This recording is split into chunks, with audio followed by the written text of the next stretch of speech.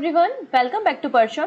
Science की series में अगला टॉपिक हम डिस्कस कर रहे हैं MCQ on glands and hormone. यहाँ पर हम प्लांट्स के हार्मोन के बारे में भी एमसीक्यू डिस्कस करेंगे और ह्यूमन के बारे में तो करेंगे ही साथ जो एंडोक्राइन और एक्सोक्राइन ग्लैंड्स होते हैं हमारी बॉडी में, उनके बारे में भी हमारा डिस्कशन रहेगा।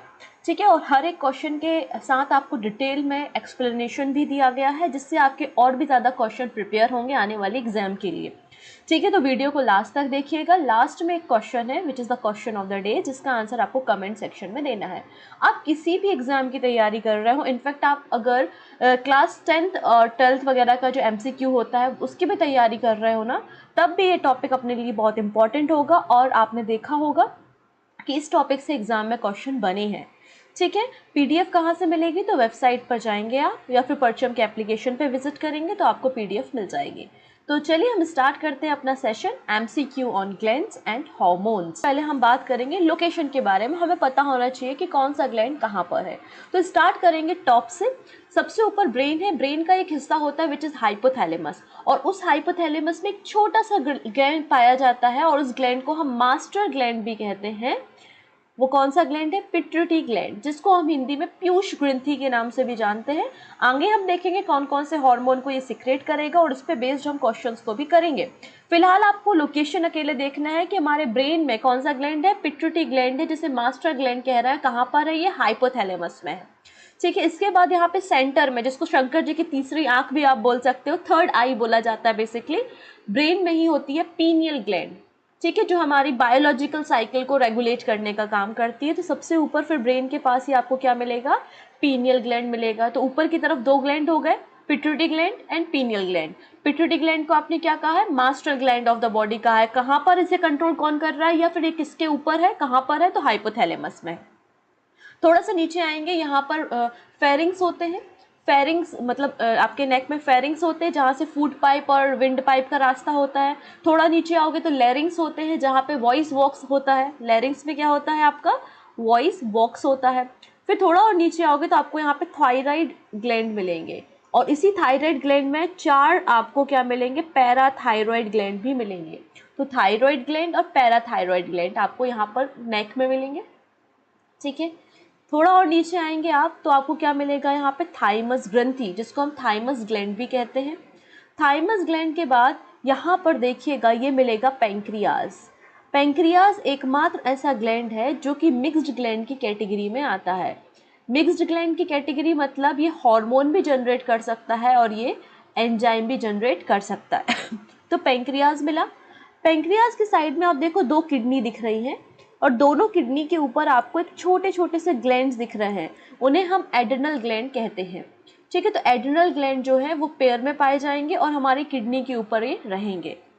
ठीक है, आगे बात करते हैं। अगला है टेस्टिस। तो टेस्टिस जो है वो मेल में पाया जाने वाला सेक्स ग्लैंड कहलाता है, या सेक्स हार्मोन भी वहीं से जनरेट होते हैं। तो टेस्टिस। और फीमेल में अगर बात करते हैं तो ओवरीज। फीमेल में ओवरी और मेल में जो है वो टेस्टस होते हैं। इस तरीके से हमारे पूरे ग्लैंड हो गए, इन्हें हम एंडोक्राइन ग्लैंड्स कहते हैं। तो आपके दिमाग में क्वेश्चन होता होगा कि ये एंडोक्राइन क्या होता है ना? एंड आपने हिंदी में अगर बात करें तो आपने पढ़ा होगा अंतःस्रावी और बहिर्स्रावी ग्रंथियां। तो ये एंडोक्राइन और एक्सोक्राइन ग्लैंड क्या होते हैं? तो एंडोक्राइन ग्लैंड्स वो होते हैं जो कि हार्मोन को जनरेट करते हैं, और यहाँ पे हमारा डिस्कशन हार्मोन्स पे है, तो बेसिकली हम एंडोक्राइन ग्लैंड पे बेस्ड ही क्वेश्चन करेंगे। तो जो हार्मोन को जनरेट करते हैं, सिक्रेट करते हैं, वो एंडोक्राइन ग्लैंड कहलाते हैं। आपने देख लिया पिट्यूटरी ग्लैंड और पीनियल ग्लैंड। फिर थोड़ा सा नीचे आप नेक पर आए, थायराइड ग्लैंड, पैराथायरॉयड ग्लैंड। फिर थोड़ा और नीचे आए thymus, then pancreas, adrenal gland, फिर टेस्टिस एंड ओवरीज। क्लियर हो गया? अब आइए छोटा सा डिफरेंस हम देख लेते हैं कि एंडोक्राइन और एक्सोक्राइन ग्लैंड में बेसिकली डिफरेंस क्या है। अच्छा, पैंक्रियाज को आइलैंड ऑफ लंगरहैंस के नाम से भी जाना जाता है। इसमें काफ़ी सारी सेल्स पाई जाती हैं, एक आइलैंड की तरह दिखाई देता है। यहाँ पर सेल है ये, इसलिए इसको आइलैंड ऑफ लंगरहैंस के नाम से भी पैंक्रियाज को हम जानते हैं। ठीक है, एंडोक्राइन और एक्सोक्राइन ग्लैंड में डिफरेंस क्या है? तो एंडोक्राइन ग्लैंड्स वो होते हैं जिनसे हार्मोन निकलते हैं और हार्मोन डायरेक्टली ब्लड स्ट्रीम में मिल जाते हैं। ठीक है, एक्सोक्राइन ग्लैंड्स वो होते हैं जिनसे कुछ केमिकल, जूसेस या एंजाइम निकलते हैं। ठीक है, वो एक्सोक्राइन ग्लैंड्स कहलाते हैं। जैसे कि सिलेवरी ग्लैंड्स मैंने आपको पढ़ाया था डाइजेस्टिव सिस्टम में, जहाँ से सलाइवा निकलता है ना, जो खाने को डाइजेस्ट करने में आपकी मदद करता है क्योंकि उसमें टाइलिन एंजाइम पाया जाता है। ठीक है, और देख लेते हैं एंडोक्राइन ग्लैंड डक्टलेस होते हैं और इनसे जो केमिकल निकलता है वो हार्मोन कहलाते हैं। हार्मोन डायरेक्टली ब्लड स्ट्रीम से मिल जाते हैं, ब्लड स्ट्रीम में चले जाते हैं। इसका example thyroid gland, pituitary gland, pineal gland, ये सभी आपके एग्जाम्पल हैं एंडोक्राइन ग्लैंड्स के। और एंडोक्राइन ग्लैंड्स मतलब हार्मोन का जो इफेक्ट है वो बॉडी में लंबे समय तक रहता है, हमारी ग्रोथ के लिए, मेटाबॉलिज्म के लिए, बॉडी के डेवलपमेंट के लिए और अदर फंक्शन के लिए एंडोक्राइन ग्लैंड्स इंपॉर्टेंट होते हैं। एक्सोक्राइन ग्लैंड्स, इनसे जो केमिकल निकलता है उन्हें हम एंजाइम या जूसेस कहते हैं, जैसे कि स्वेट, एंजाइम, ये सब निकलते हैं और डक्ट होती है इनमें। ये ग्लैंड कैसे होते हैं? डक्टेड होते हैं। ठीक है, secretory product are release to in internal organ are the external surface. Example आपका लीवर है या फिर सिलेवरी ग्लैंड्स है, इनकी एक्टिविटी शॉर्ट टर्म बेसिस पे होती है। तो ये बेसिक डिफरेंस है। क्लियर? डायरेक्ट मूव करेंगे अब हम किस पे? एमसीक्यू पे। देखते हैं पहला क्वेश्चन क्या है। काफ़ी अच्छे क्वेश्चन यहाँ पे मैंने चुन चुन के आप लोगों के लिए लिए हैं जो एग्जाम में बने हुए हैं, तो बहुत सारे कॉन्सेप्ट आपके यहाँ से बिल्ड होने वाले हैं। पहला क्वेश्चन है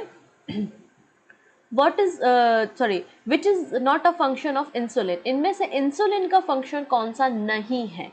तो सबसे पहले तो आपको अगर पता होगा कि इंसुलिन के फंक्शन क्या है तभी आप बता पाएंगे कि इंसुलिन का फंक्शन क्या नहीं है। ठीक है, तो सबसे पहले तो मैं इंसुलिन की बात करती हूँ। तो हमारा जो पैंक्रियाज था, अभी हमने दिखाया था ना, तो पैंक्रियाज से इंसुलिन हार्मोन जनरेट होता है। ठीक है, जो हमारी बॉडी में ब्लड में जो शुगर का लेवल है ना, या ग्लूकोज की मात्रा आप बोल सकते हैं, तो बॉडी में शुगर लेवल को मेंटेन करने का काम इंसुलिन करता है। अब इनमें से कौन सा फंक्शन इंसुलिन का नहीं है? तो ऑप्शन सी, मतलब ग्लूकोजेनेसिस जो है वो इंसुलिन का फंक्शन नहीं है।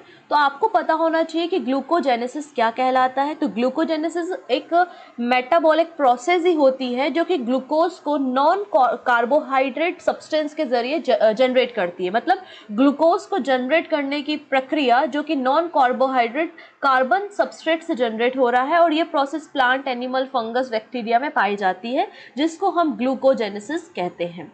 बाकी जो सारे फंक्शन दिख रहे हैं वो इंसुलिन परफॉर्म करता है। अब यहाँ पे ग्लूकोजेनेसिस और ग्लाइकोजेनेसिस में कंफ्यूज नहीं होना है। ग्लाइकोजेनेसिस का क्या मतलब होता है?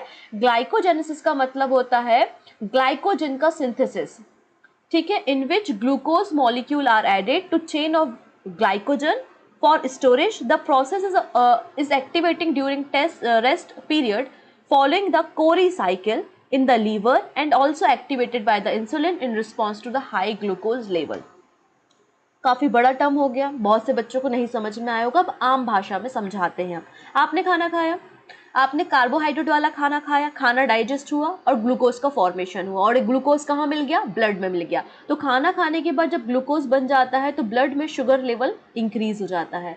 ब्लड में शुगर लेवल क्या हो जाता है? इंक्रीज हो जाता है। तो पैंक्रियाज एक हार्मोन सिक्रेट करता है विच इज इंसुलिन। इंसुलिन का काम क्या होता है? हमारी बॉडी में शुगर के लेवल को कंट्रोल करना या रेगुलेट करना। तो ये जो एक्सेसिव अमाउंट में शुगर बनी है या ग्लूकोज बना है, तो उस ग्लूकोज को ग्लाइकोजन में कन्वर्ट करेगा और ये ग्लाइकोजन लीवर के पास पहुंचाएगा और लीवर जो है उस ग्लाइकोजन को स्टोर कर लेगा। इस तरीके से ब्लड में जो है वो शुगर की मात्रा कंट्रोल हो जाएगी। ठीक है, अब लंबे समय हो गया है, 4-5 घंटे हो गए, आपने खाना नहीं खाया है। अब शरीर को या सेल को तो काम करने के लिए एनर्जी की ज़रूरत है। तो उस समय में क्या होगा? ये जो ग्लाइकोजन है ना लीवर के पास जो स्टोर है, वो ग्लाइकोजन पैंक्रियाज बोलेगा कि अब सेल को वापस से एनर्जी की ज़रूरत है, शुगर का लेवल डाउन हो रहा है। शुगर का लेवल क्या हो रहा है? डाउन हो रहा है। तो उस केस में ग्लाइकोजन वापस से ग्लूकोज में कन्वर्ट होगा, ग्लूकोज से वापस से एनर्जी मिलेगी हमारी सेल्स को काम करने के लिए। इस तरीके से इंसुलिन और ग्लाइकोजन ये दोनों ही क्या करते हैं? शुगर लेवल को मेंटेन करने का काम करते हैं। ये बात समझ में आई आपको? तो यहाँ पे जो प्रोसेस लिखी हुई थी ग्लाइकोजेनेसिस, ये प्रोसेस वही कहती है कि ग्लूकोज जो है वो ग्लाइकोजन में कन्वर्ट होकर लीवर के पास स्टोर हो जाता है। ठीक है, जिसे हमने कोरी साइकिल का नाम दिया है। बात समझ में आ रही है? तो पैंक्रियाज के बारे में बात कर लेते हैं। ये है पैंक्रियाज। पैंक्रियाज एक मिक्स्ड ग्लैंड होता है, एंडोक्राइन भी है, एक्सोक्राइन भी है, मतलब हार्मोन भी जनरेट कर रहा है और एंजाइम भी। अगर आपको डाइजेस्टिव सिस्टम याद होगा तो मैंने आपको 3 एंजाइम बताए थे, ट्रिप्सिन, लाइपेज और एमाइलेज। ये तीनों एंजाइम जो है पैंक्रियाज जनरेट करता है। अगर हम हार्मोन्स की बात करते हैं तो ग्लाइकोजन और इंसुलिन, 2 हार्मोन पैंक्रियाज जनरेट करता है। ठीक है, पैंक्रियाज की अगर हम बात करते हैं तो बिहाइंड द स्टमक, स्टमक के पीछे, और surrounded by the spleen, liver और स्मॉल इंटेस्टाइन से सराउंडेड जो है वो पैंक्रियाज होता है। ठीक है, और ये हमारी बॉडी में ब्लड शुगर लेवल को कंट्रोल करने का काम करता है। इसको हम आइलैंड ऑफ लंगरहैंस के नाम से भी जानते हैं। इतनी चीज़ें क्लियर हुई। अब इंसुलिन और ग्लाइकोजन का काम क्या है और डायबिटीज़ क्या होती है उसके बारे में हम बात करते हैं। तो इंसुलिन, तो ह्यूमन इंसुलिन को पहली बार सिंथेसिस किया गया था 1975 में। 1975 जब भारत में इमरजेंसी लग रही थी तब इंसुलिन सिंथेसिस किया जा रहा था। ठीक है, तो ह्यूमन इंसुलिन को पहली बार सिंथेसिस किया गया था 1975 में बाय डॉक्टर त्यूशे इन स्विट्जरलैंड। ठीक है, और इसको अप्रूवल जो है वो 1982 में फूड एंड ड्रग एडमिनिस्ट्रेटर के द्वारा दिया गया था। ओके, इतनी चीज़ें हमको क्लियर हैं। अब देखिए इंसुलिन का फंक्शन क्या होता है। जो बातें मैंने कही थी वही लिखी हुई है। When the body digest food, जब बॉडी कार्बोहाइड्रेट रिच फूड को डाइजेस्ट करती है तो ग्लूकोज जो है ब्लड स्ट्रीम में रिलीज होता है, जिससे ब्लड में ग्लूकोज लेवल इंक्रीज हो जाता है। तो पैंक्रियाज सिग्नल सेंड करता है डायरेक्ट टू द सेल कि ग्लूकोज बन चुका है, आप एनर्जी को यूटिलाइज कर लीजिए, अपना फंक्शन कर लीजिए, और ग्लूकोज जो है वो सेल के पास चला जाता है एनर्जी को यूटिलाइज करने के लिए। अब एक्सेसिव जो ग्लूकोज होता है हमारे ब्लड में वो कन्वर्ट हो जाता है ग्लाइकोजन में, और जिसको एब्जॉर्ब कर लिया जाता है लीवर और मसल सेल्स के द्वारा, जिसको बाद में यूज किया जाएगा। अब बहुत देर हो गई है, खाना नहीं खाया है, बॉडी में ग्लूकोज का लेवल कम हो रहा है, तब पैंक्रियाज सिग्नल भेजेगा और सिक्रेट करेगा ग्लाइकोजन को। ग्लाइकोजन जो है लीवर और मसल सेल में जो हमारा ग्लाइकोजन स्टोर हुआ है उसको वापस से ग्लूकोज में कन्वर्ट करेगा, एनर्जी को जनरेट करेगा और सेल्स को एनर्जी प्रोवाइड करेगा। इस तरीके से एक लूप की तरह ये कार्यक्रम चलता रहता है। तो इंसुलिन और ग्लाइकोजन का काम आपको समझ में आया होगा। लेकिन कभी जब ये जो बैलेंस है वो ब्रेक हो जाता है तो उस केस में क्या होता है, तो उस केस में जो है टाइप 1 और टाइप 2 डायबिटीज़ हो जाती है। आपने सुना होगा टाइप 1 और टाइप 2 डायबिटीज़ के बारे में। अगर बैलेंस चला गया है, बैलेंस लॉस्ट हो गया है इंसुलिन और ग्लाइकोजन के बीच में, या फिर जो शुगर लेवल मेंटेन नहीं हो पा रहा है, तो टाइप 1 और टाइप 2 डायबिटीज़ हो जाती है। जैसे कि अगर इंसुलिन बहुत अधिक मात्रा में बनने लगे, अच्छा ज़्यादा इंसुलिन बनेगा तो क्या होगा, इंसुलिन का काम होता है जो एक्सेसिव ग्लूकोज है उसको ग्लाइकोजन में कन्वर्ट कर देना। अब ज़्यादा अमाउंट में अगर इंसुलिन बनेगा तो वो ज़्यादा अमाउंट में ग्लाइकोजन को कन्वर्ट करेगा, मतलब ब्लड में ग्लूकोज की मात्रा कम हो जाएगी। ब्लड में जब ग्लूकोज कम हो जाएगा तो आप बोलोगे ना कि शुगर लो हो गई है, समझ रहे हो ना, शुगर लो हो गई है। तो जब बहुत ज़्यादा अमाउंट में इंसुलिन बनता है, जब इंसुलिन की मात्रा बहुत ज़्यादा होती है तो बॉडी में शुगर की मात्रा कम हो जाती है, मतलब ग्लूकोज का लेवल कम हो जाता है, जिसको हम लो शुगर लेवल भी कहते हैं, और इसको हाइपोग्लाइसेमिया के नाम से जाना जाता है। तो हाइपोग्लाइसेमिया आपको समझ में आ गया, शुगर का कम होना, इंसुलिन का ज़्यादा बनना। लेकिन इंसुलिन बहुत कम बना है, इंसुलिन बहुत कम बना है तो उस केस में क्या होगा, ब्लड में शुगर की मात्रा ज़्यादा रहेगी, और ब्लड में जब शुगर की मात्रा ज़्यादा रहेगी तो क्या होगा, तो बॉडी में शुगर का लेवल इंक्रीज होगा, और बॉडी में जब हाई ब्लड शुगर होगा तो उसको हम हाइपर ग्लाइसेमिया के नाम से जानते हैं। तो हाइपो मतलब कम शुगर और हाइपर का मतलब ज़्यादा शुगर, जो कि बहुत डेंजरस होता है, और डायबिटिक कोमा जैसी कंडीशन भी बन जाती है। आई थिंक आपको ये सारी पिक्चर समझ में आई होगी कि इंसुलिन का आखिरकार काम क्या है, क्यों लोगों को इंसुलिन के इंजेक्शन लगते हैं, कब लग रहे होते हैं इंसुलिन के इंजेक्शन, जब इंसुलिन कम बन रहा हो या ज़्यादा बन रहा हो। ऑब्वियस सी बात है, जब इंसुलिन कम बन रहा हो तो इंसुलिन को मात्रा पहुंचाने के लिए इंसुलिन के इंजेक्शन दिए जाते हैं, क्योंकि इंसुलिन अगर कम बनेगा तो बॉडी में शुगर का लेवल इंक्रीज हो जाएगा, जिसको हम हाई ब्लड शुगर के नाम से जानते हैं। तो बिल्कुल जो लोग कहते रहते हैं कि मीठा खाने से शुगर हो जाएगी, ऐसा कुछ भी नहीं होता है ना। शुगर का जो डायरेक्टली रिलेशन है वो इंसुलिन से होता है, जो पैंक्रियाज के द्वारा सिक्रेट होता है। Picture clear? अगला क्वेश्चन देखें। अगला है action of parathormones in human body. ठीक है, जो हमारा पैराथायराइड ग्लैंड होता है, थायराइड ग्लैंड हमने दिखाया था आपको, और थायराइड ग्लैंड में ही 4 छोटे छोटे से क्या होते हैं, पैराथायराइड ग्लैंड होते हैं। उस पैराथायराइड ग्लैंड से ही थ्रोमोन हार्मोन सिक्रेट होता है। अब ये क्या करता है, तो इंक्रीज ब्लड कैल्शियम लेवल, हमारी बॉडी में कैल्शियम लेवल को राइज करने का काम ये हार्मोन करता है।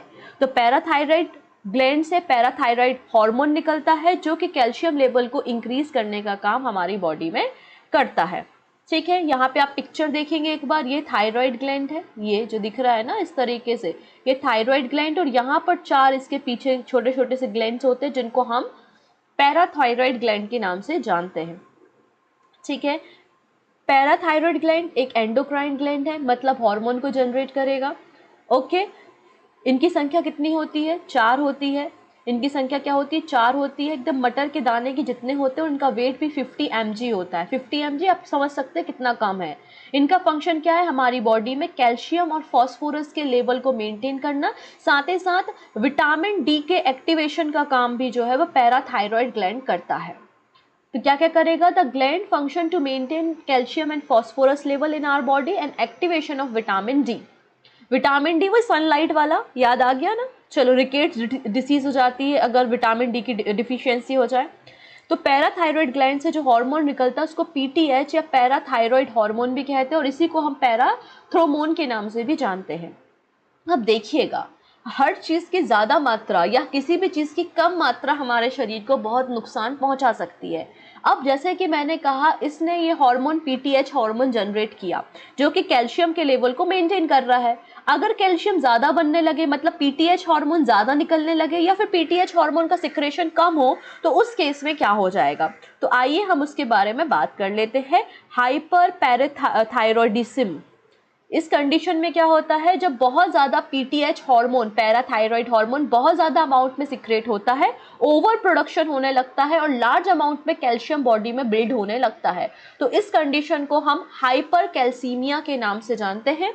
इसमें क्या होता है, जब ऐसी कंडीशन होती है तो बार बार यूरिन की प्रॉब्लम होती है, बार बार यूरिन जाना होता है, किडनी में स्टोन हो जाता है, पेट में बहुत दर्द होता है, मूड का चेंज होना है ना, और हमारी हड्डियां बहुत थिन हो जाती हैं। तो ये सारी चीज़ें होती हैं जब हाइपर कैल्शियमिया हो जाता है या फिर पीटीएच हार्मोन का ज़्यादा सिक्रेशन हो जाता है। दूसरी कंडीशन है कि जब पीटीएच हार्मोन कम सिक्रेट होगा, मतलब कैल्शियम का लेवल हमारी बॉडी में कम होगा, तो उस केस को हम हाइपोकैल्शियमिया कहते हैं। हाइपोकैल्शियमिया, जिससे बॉडी में झिनझिनी आती है, मसल्स क्रैम्प होते हैं, ऐठन होती है, जिसको बोलते जकड़न, ऐठन हो रही है, ठीक है, जिसे हम हाइपोपैराथायरॉयडिज्म के नाम से जानते हैं। तो ये दोनों बातें आपको समझ में आ गई। चलिए अगली बात करते हैं, pituitary hormone triggering the male testes to generate sperm and in female triggering folliculars development on monthly basis is. तो देखिए, पिट्यूटरी हार्मोन जो है वो ट्रिगर करता है कि मेल बॉडी में जो है वो स्पर्म का फॉर्मेशन हो। वैसे ही पिट्यूटरी ग्लैंड ही फीमेल बॉडी में जो ओवम या इमेच्योर एग का फॉर्मेशन होता है उसको भी प्रमोट करने का काम करता है, और जो मंथली साइकिल होती हैं उनको भी शुरू करने या उनको प्रमोट करने का काम भी पिट्यूटरी हार्मोन का होता है। तो वो किस हार्मोन के द्वारा किया जाता है, तो आंसर हो जाएगा follicle stimulating hormones. Follicle stimulating hormones, option number C बिल्कुल सही हो जाएगा। ये जो सारे हार्मोन्स लिखे हैं, सारे के सारे हार्मोन पिट्यूटरी ग्लैंड जनरेट करता है, और सारे हार्मोन इंपॉर्टेंट है, अभी हम देखेंगे, ठीक है, क्या क्या कर रहे हैं ये लोग। तो जैसे कि मैंने कहा, यहाँ पे फॉलिकल स्टिमुलेटिंग हार्मोन जो है ये जनरेट होता है या बनता कहाँ है, पिट्यूटरी ग्लैंड में बनता है, ठीक है। पिट्यूटरी ग्लैंड हमारे ब्रेन में है, हाइपोथैलेमस पे हमने डिस्कशन किया था। ये इसका इंपॉर्टेंट रोल होता है सेक्सुअल डेवलपमेंट के लिए और उसकी फंक्शनिंग के लिए। तो ह्यूमन बॉडी में जो मेंस्ट्रुअल साइकिल होती हैं और जो एग होते हैं ओवरी में, उसको स्टिमुलेट करने का काम जो है ये फॉलिकल स्टिमुलेटेड हार्मोन का होता है, जो कि पिट्यूटरी ग्लैंड में बनता है। इसलिए पिट्यूटरी ग्लैंड को हमने master gland of the body कहा है। तो आपके दिमाग में क्वेश्चन बनना चाहिए, कौन कौन से हार्मोन पिट्यूटरी ग्लैंड में बनते हैं। तो देखते हैं, देखो ये छोटी सी लोकेशन है ना, ये पिट्यूटरी ग्लैंड है जो कि हाइपोथैलेमस में ब्रेन में आपको देखने को मिलेगी। अब कुछ हार्मोन्स मैंने लिख दिए हैं यहाँ पे। सबसे पहले thyroid stimulating hormone, thyroid gland अभी हमने देखा था हमारे नेक में था। तो थायराइड हार्मोन थायराइड ग्लैंड से जो थायरोक्सिन हार्मोन निकलता है उसको स्टिमुलेट करने का काम थायराइड स्टिमुलेटिंग हार्मोन करता है, ठीक है। जो कि T3 एंड T4 टाइप के हार्मोन सिक्रेट करने का काम किया जाता है। सबसे अधिक मात्रा में जो हार्मोन पीयूष ग्रंथि से निकलता है उसको हम ग्रोथ हार्मोन कहते हैं, जो हमारी बॉडी के डेवलपमेंट के लिए, ठीक है, हमारे बॉडी के टिश्यू और ऑर्गन के मेंटेनेंस के लिए ज़रूरी होता है। नेक्स्ट है ऑक्सीटोसिन। ये तो चर्चा में था, कई बार एग्जाम में बना हुआ क्वेश्चन है। ऑक्सीटोसिन हार्मोन भी पीयूष ग्रंथि मतलब पिट्यूटरी ग्लैंड से निकलता है और डिलीवरी के समय जो है जो यूट्रस के कॉन्ट्रैक्शन के लिए ज़रूरी होता है। तो डिलीवरी के समय, बेबी को जन्म देते समय ऑक्सीटोसिन की ज़रूरत होती है। प्रोलैक्टिन जो हार्मोन है, ये बर्थ के बाद, बच्चे का जन्म हो गया, अब मिल्क के फॉर्मेशन की ज़रूरत होती है फीमेल बॉडी में। तो मिल्क के फॉर्मेशन के जो काम करता है वो प्रोलैक्टिन हार्मोन करता है। फॉलिकल स्टिमुलेटिंग हार्मोन अभी हमने देखा था, ठीक है, ये क्या करता है, जो एस्ट्रोजन हार्मोन है, साथ ही साथ ओवरी में जो ओवम या एग है और जो मेंस्ट्रुएशन साइकिल है, इन सबको स्टिमुलेट करने का काम फॉलिकल स्टिमुलेटिंग हार्मोन करता है। इसके अलावा एक और हार्मोन आपको मिलेगा, ल्यूटेन्जिंग हार्मोन, ठीक है। ल्यूटेन्जिंग हार्मोन ये प्रोजेस्टेरोन जो आपके हार्मोन्स हैं, सॉरी टेस्टोस्टेरोन जो हार्मोन है उसको सिक्रेट करने में मदद करता है, ठीक है। तो ये बातें आपको पता होनी चाहिए। नेक्स्ट है which is the most amendment hormone produce by the pituitary gland. सबसे प्रचुर मात्रा में, सबसे अधिक मात्रा में पीयूष ग्रंथि के द्वारा कौन सा हार्मोन बनाया जाता है? तो अभी हमने देखा था जीएच। जीएच का मतलब क्या है? यहाँ पे ग्रोथ हार्मोन से है, तो ऑप्शन डी करेक्ट हो जाएगा ना। बस इतना ही तो था। नेक्स्ट है इनमें से कौन सा एंडोक्राइन ग्लैंड नहीं है? ठीक है, अभी हमने डिस्कशन किया था एंडोक्राइन ग्लैंड सारे आपको बताए थे। सबसे ऊपर पिट्यूटरी ग्लैंड और पीनियल ग्लैंड था, तो ये तो कैंसिल हो गया, ठीक है। इसके बाद आपने थायराइड और पैराथायराइड ग्लैंड देखा था, तो ये भी कैंसिल हो गया। फिर आपको पैंक्रियाज और एड्रिनल के बारे में बताया था, मतलब ये भी कैंसिल हो गया। लेकिन ये जो लेक्रिमल है इसके बारे में हमने डिस्कशन नहीं किया, क्योंकि ये एंडोक्राइन ग्लैंड नहीं है, ये एक एक्सोक्राइन ग्लैंड है, ठीक है मैडम। एक्सोक्राइन ग्लैंड तो है, पर ये सिक्रेट क्या करता है? तो ये सिक्रेट करता है आंसू। इसको हम अश्रु ग्रंथि कहते हैं, हमारे टीयर्स के लिए रिस्पॉन्सिबल होता है। ऑप्शन सी देखो, ये यहाँ पर पाया जाता है और यहाँ टीयर्स के लिए रिस्पॉन्सिबल होता है, ठीक है। नेक्स्ट देखते हैं।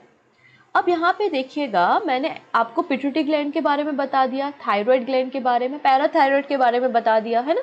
हम थोड़ी सी बातें एड्रिनल के बारे में भी कर लेते हैं। तो ये भी पेयर में पाए जाते हैं, ये हमारी किडनीज है और किडनी के ऊपर आपको राइट और लेफ्ट साइड में एड्रिनल ग्लैंड देखने को मिलेंगे, ठीक है। एड्रिनल ग्लैंड से कई सारे हार्मोन सिक्रेट होते हैं और सबसे इम्पॉर्टेंट जो होता है वो स्ट्रेस हार्मोन होता है। कौन सा हार्मोन है? स्ट्रेस हार्मोन, जिसको हम फाइट और फ्लाइट हार्मोन भी कहते हैं, लड़ो और उड़ो, इस तरीके से उसे हार्मोन के नाम से जाना जाता है, ठीक है। ये हमारी बॉडी में आप कह सकते हैं विरोध, एक एग्रेशन जगाता है, स्ट्रेस हार्मोन होता है ये। ब्लड प्रेशर को रेगुलेट करने का काम भी यही करता है और हमारी बॉडी के इम्यून सिस्टम के लिए भी ये एड्रिनल ग्लैंड रिस्पॉन्सिबल होता है। तो ये सारे काम जो है वो एड्रिनल ग्लैंड के होते हैं, इसे आपको याद रखना। स्ट्रेस ग्लैंड से कई बार क्वेश्चन एग्जाम में बना है। नेक्स्ट है insufficient level of thyroid hormone in adult cause.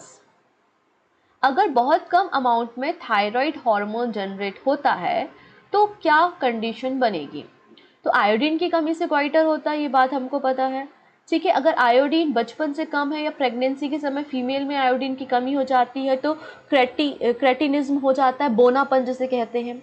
अब यहाँ पे insufficient level of thyroid hormone, अगर थायराइड हार्मोन की कमी है एडल्ट में तो इस तरीके से एक डिसीज हो जाती है जिसको मैक्सिडेमा कहते हैं। मैक्सिडेमा के नाम से जाना जाता है। तो बायोलॉजी के टर्म ऑप्शन सी बिल्कुल सही हो जाएगा। Myxedema is another term for severely advance hypothyroidism, जिसको हमने अभी डिस्कस किया था। इसमें जो है वो थायराइड हार्मोन कम सिक्रेट होता है। नेक्स्ट है इनमें से कौन सा पेयर गलत है या मिसमैचिंग है? चलिए, तो कुछ कुछ बातें तो आपको सीख ली हैं। सबसे पहले है कैल्सीटोनिन। तो कैल्सीटोनिन जो है वो ब्लड में कैल्शियम लेवल को कम करने का काम करता है, तो बिल्कुल सही बात है ये। पैराथायराइड अभी बताया था कैल्शियम लेवल को इंक्रीज करने का काम करता है, बिल्कुल सही बात है ये। फिर है सोमाटोस्टेटिन, ये क्या करता है? ये ग्लाइकोजन को रिलीज करने का काम करता है, ये बात भी सही है। फिर मेलाटोनिन, तो मेलाटोनिन का काम सेलुलर मेटाबॉलिज्म के रेट को रेगुलेट करना नहीं होता। मेलाटोनिन का काम जो होता है हमारे बायोलॉजिकल साइकिल, हमारा जो स्लीपिंग पैटर्न है उसको मेंटेन करने का काम मेलाटोनिन का होता है। तो ऑप्शन डी यहाँ पर करेक्ट हो जाएगा। ठीक है, तो कैल्सिटोनिन आपको बता दिया, ये थायराइड ग्लैंड से सिक्रेट होता है और लोअर करता है हमारे ब्लड कैल्शियम लेवल को। मेलाटोनिन जो है वो natural product found plant in animals, और ये जो मेलाटोनिन हार्मोन है ये पीनियल ग्लैंड से जनरेट होता है। ब्रेन में आपको सिखाया था मैंने, थर्ड आई पीनियल ग्लैंड से जो है वो मेलाटोनिन सिक्रेट होता है, और ये हमारे स्लीप वेक साइकिल को या स्लीपिंग पैटर्न को रेगुलेट करने का काम करेगा। नेक्स्ट बात करते हैं, which of the following endocrine gland contribute to setting the body's biological clock. ये क्वेश्चन पूछा हुआ क्वेश्चन है। बायोलॉजिकल क्लॉक किसे कहते हैं या कौन बायोलॉजिकल साइकिल को रेगुलेट कर रहा है? तो अभी हमने बताया मेलाटोनिन हार्मोन, और मेलाटोनिन हार्मोन कहाँ से सिक्रेट होता था? पीनियल ग्लैंड से। तो ऑप्शन बी करेक्ट हो जाएगा। नेक्स्ट बात करते हैं, what are the two main hormone secreted by thyroid gland. तो थायराइड ग्लैंड से कौन से दो इंपॉर्टेंट हार्मोन सिक्रेट होते हैं? तो अभी हमने डिस्कस किया था T3 एंड T4। तो ऑप्शन ए एंड बी मतलब ऑप्शन डी करेक्ट हो जाएगा। नेक्स्ट है, उसके अलावा बोथ ए एंड बी। ठीक है, नेक्स्ट है, what are the function of thyroid gland in body. Thyroid gland का क्या काम होता है? तो हमारे मेटाबॉलिज्म के लिए इंपॉर्टेंट होता है, हमारे नर्वस सिस्टम के लिए इंपॉर्टेंट होता है। ठीक है, इसके अलावा हमारे ब्रीथिंग और हार्ट रेट को रेगुलेट करता है। तो इन सारी चीज़ों के लिए थायराइड ग्लैंड इंपॉर्टेंट है, मतलब ऑल ऑफ द अबव यहाँ पे सही आंसर हो जाएगा। ठीक है, तो ये तो ह्यूमन से रिलेटेड कुछ ग्लैंड्स और उनके बारे में कुछ हार्मोन्स थे। सिमिलर प्लांट्स में भी बहुत सारे हार्मोन होते हैं जो प्लांट की ग्रोथ के लिए रिस्पॉन्सिबल होते हैं। सो प्लांट हार्मोन्स में आपको ग्रोथ प्रमोटर और ग्रोथ इनहिबिटर हार्मोन्स मिलेंगे। प्रमोटर का नाम ही समझ में आ रहा है कि सेल डिवीज़न को प्रमोट करेंगे, और जब ये सेल डिवीज़न को प्रमोट करेंगे तो इससे क्या होगी? प्लांट की ग्रोथ होगी, प्लांट की हाइट बढ़ेगी, है कि नहीं? तो सेल डिवीज़न को प्रमोट करते हैं ग्रोथ प्रमोटर कहलाते हैं ऑक्सिन, साइटोकिनिन और गिबरलिन्स। ठीक है, फिर ग्रोथ इनहिबिटर्स मतलब ये सेल डिवीज़न को तो प्रमोट नहीं करते हैं, आप कह सकते हो कि प्लांट की ग्रोथ के लिए रिस्पॉन्सिबल नहीं है। एथिलीन और एबिसिस एसिड, इन पांचों के पांचों हार्मोन्स में एकमात्र हार्मोन है विच इज़ एथिलीन, जो कि गैसियस फॉर्म में पाया जाता है। ठीक है, चलो अब इनसे रिलेटेड हम क्वेश्चन देखेंगे, तो इनके बारे में आप जान जाओगे कि कौन सा हार्मोन किस चीज़ के लिए रिस्पॉन्सिबल होगा। सबसे पहली बात है, विच plant hormone is responsible for saving the crop from falling. अब पत्ते लगे हुए हैं पेड़ों पे, या फल पके नहीं हैं और पकने से पहले ही फल गिर जाए तो वो फल किसी काम का नहीं। तो क्रॉप को फॉल होने से रोकने का काम कौन सा हार्मोन करता है? तो पत्तियों को, फलों को गिरने से बचाने का काम ऑक्सिन हार्मोन करता है। तो ऑप्शन सी बिल्कुल करेक्ट हो जाएगा, ऑक्सिन हार्मोन। ऑक्सिन का मतलब होता है ग्रो, टू ग्रो। ये सेल डिवीजन को प्रमोट करता है। ये प्लांट के स्टेम और रूट के जो टिप पॉइंट्स होते हैं ना, वहां पर पाया जाता है, मतलब स्टेम रूट की ग्रोथ के लिए रिस्पॉन्सिबल जो है वो ऑक्सिन हार्मोन होता है। ये प्रिवेंट करता है pre mature fall of leaves, fruits and flowers को। साथ ही साथ इसका जो नेचुरल नेम है वो है इंडोल 3 एसिटिक एसिड और indole butyric acid IBA। Next बात करते हैं, which of the following hormone found in the gaseous form. अभी हमने देखा था गैसियस फॉर्म में कौन सा हार्मोन पाया जाता है, तो एथिलीन पाया जाता है। इसको आप CH2 डबल बॉन्ड CH2 से रिप्रेजेंट करेंगे। डायरेक्टली केमिकल फॉर्मूला एग्जाम में बना हुआ है। किसान फलों को पकाने के लिए, घरों में फलों को पकाने के लिए आप कौन सी गैस यूज करोगे? तो आंसर हो जाएगा एथिलीन गैस, और एथिलीन गैस का फॉर्मूला एग्जाम में बना है। तो उसी से रिलेटेड अगला क्वेश्चन है कि उस प्लांट हार्मोन का नाम बताना है जो फलों को पकने में मदद करता है। तो फलों को पकने में मदद करती है एथिलीन। ऑप्शन नंबर ए बिल्कुल करेक्ट हो जाएगा। नेक्स्ट है, विच plant hormone is helpful in making RNA and protein. तो प्लांट में RNA और प्रोटीन के सिंथेसिस करने का काम कौन सा हार्मोन करता है? तो RNA और प्रोटीन को सिंथेसिस करेगा साइटोकिनिन्स। ऑप्शन नंबर सी बिल्कुल करेक्ट हो जाएगा। इसके अलावा पत्तियों में क्लोरोप्लास्ट का फॉर्मेशन, क्योंकि क्लोरोप्लास्ट में क्लोरोफिल होता है और क्लोरोफिल में मैग्नीशियम होता है, और वही मैग्नीशियम सनलाइट को एब्जॉर्ब करता है और प्लांट को फोटोसिंथेसिस करने में मदद करता है। तो साइटोकिनिन जो है वो RNA और प्रोटीन का फॉर्मेशन तो करेगा ही करेगा, साथ ही साथ फॉर्मेशन करेगा क्लोरोप्लास्ट का लीव्स में। ठीक है, और पत्तियों को झड़ने से भी रोकेगा।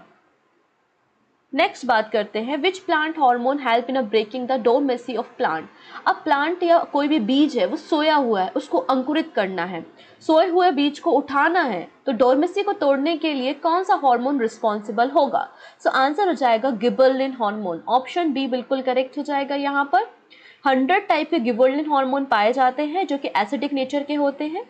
ठीक है, ये क्या करते हैं, इनमें ये सीड्स को या प्लांट को कुछ एंजाइम भी प्रोवाइड करते हैं, जैसे कि लाइपेज, एमाइलेज, जिससे इनकी ग्रोथ हो सके।